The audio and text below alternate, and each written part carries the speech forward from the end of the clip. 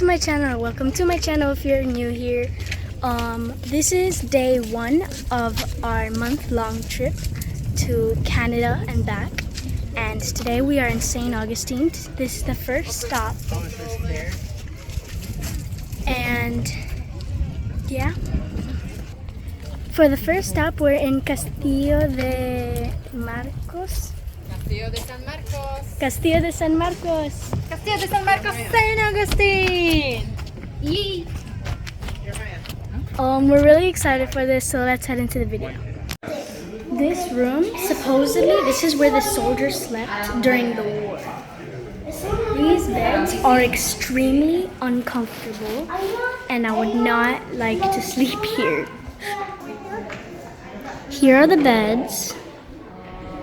And then I'm guessing here's where they ate and cooked everything.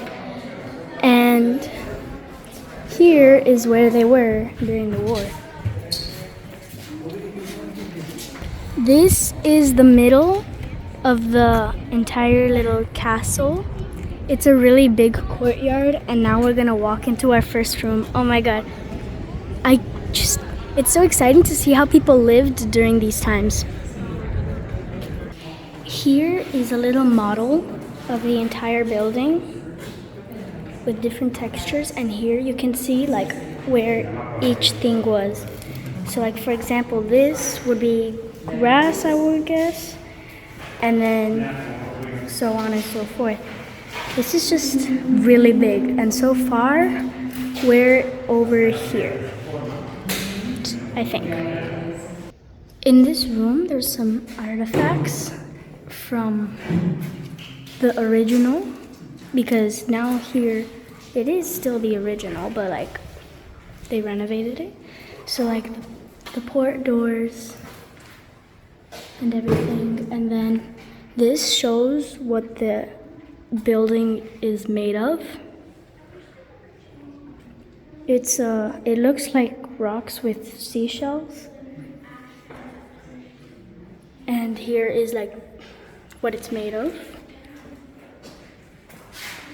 And this shows someone who might have been important in the time and probably lived here or something. So yeah. Here it is the storage room, and here they stored all their tools, all their food, all their drinks. And supposedly it took this entire structure 23 years to build because of the labor, the expenses and everything. But it was really well made because, I mean, it's still standing today. And the architecture is just really, really nice. Another cool thing about the building of this structure is that it's made of a bunch of tiny little shells. These are all shells collected in the beaches and things like that that were collected by the Spanish. And you can tell inside they also used the shells. And when they're all grouped up together, they can be used as rock, and that's really cool. In this huge room, they stored some cannons, or the people who built like the entire museum stored the cannons that they found in the ruins, kind of, and they conserved it, and now they have them all on display in this museum, which is also the actual place. This is someone who was very important in that time. And here's a little scenery where you can see how they defended this entire place with these cannons. And these, normally cannons in movies seem huge, but this is not that big. Let me show you. These cannons are about this big. The only thing that's really big are the wheels. And they had multiple of these around like this, around the palace, whatever you want to call it, to defend it from people who might want to break it down, burn it down, and stuff like that. That's really cool how they can build these things without really knowing about all the technologies yet. This next room is especially cool because this room was the bedroom of Sir Frederick Haldimand. Here is his little description. And here was his bedroom. So there's his bed, his little desk, his study. And then he had like a little dining table kind of with games. And this room is different because it has a lower roof, but that means that there is a second part up there. Because all the rooms in this place were made with curved roofs. So because it was a lot of space going to waste because it's so high, they built a little roof, and now they can store more things up there. So I think that's really cool. What a great use of space. This next room is a really cool place because this room was supposed to be a church. And here is a part of the original wall with the plaster and everything. And it was supposed to be a holy water font. Here's the description. And I think it's really cool that they kept this part of the wall preserved because this is a really important part to many churches, and it's really cool that it's still like good.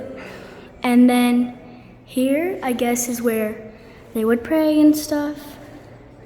And this entire room is actually really cool that they thought of this because I know a lot of people had like religious beliefs back then, and so now too. And this is how it was before, where they would learn about the things and stuff. And I think it's really, really cool how these people can conserve all of these artifacts from back then.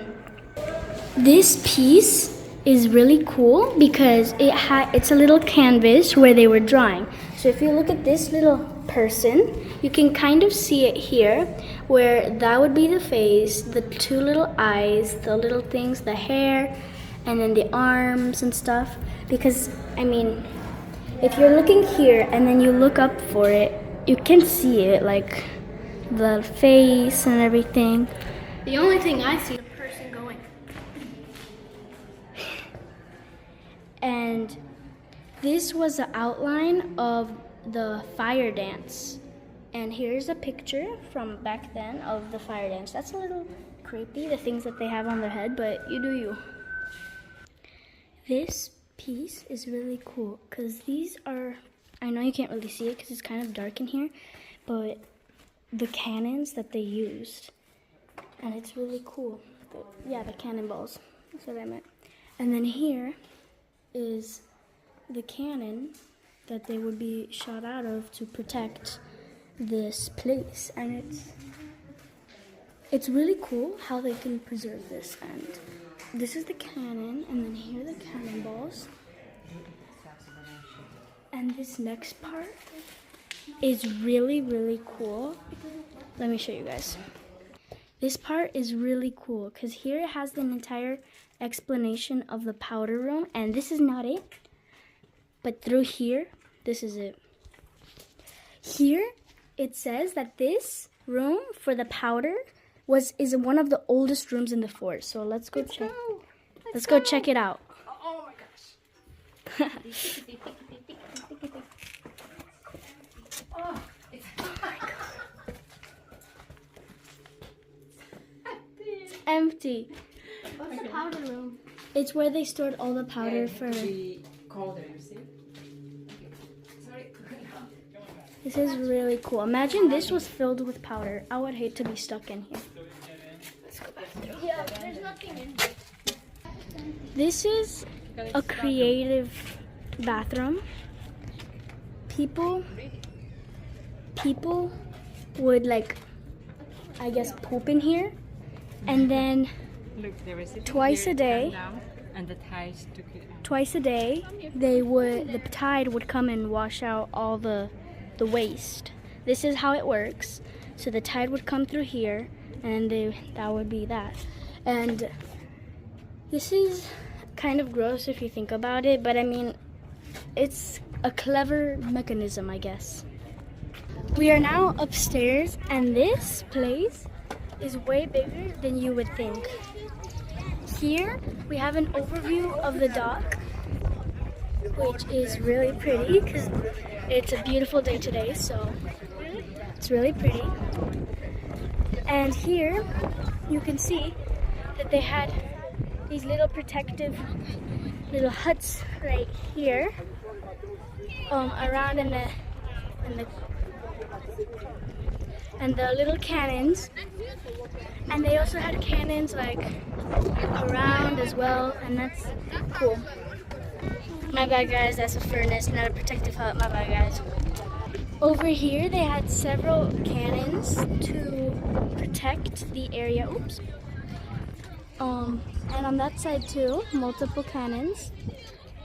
And over here, what looks like a watchtower and some cannons to, again, protect the area. So, yeah. And now we're we're going to the city, and it is so beautiful. It's kind of like the movies that they always showed, if you guys know what I mean. And now we're just looking around for some ice cream, and I'll see you then. Ice cream acquired. Yeah. She's really missing out.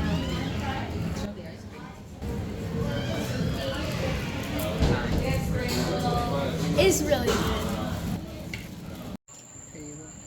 Hey guys, it is dark now, but we arrived home and we had some food, but something unexpected happened on the way home, and my dad's bike broke.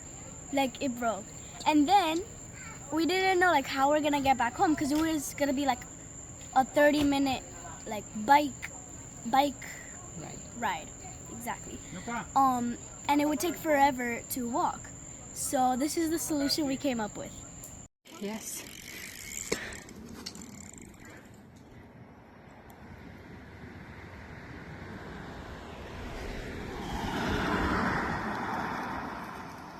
This is no vacation.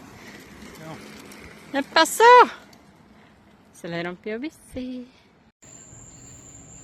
So yeah, thanks for watching guys. This was day 1 of our 1-month road trip up to Canada. Today was St. Augustine, and thank you all for watching. We'll see you tomorrow. Bye. Bye.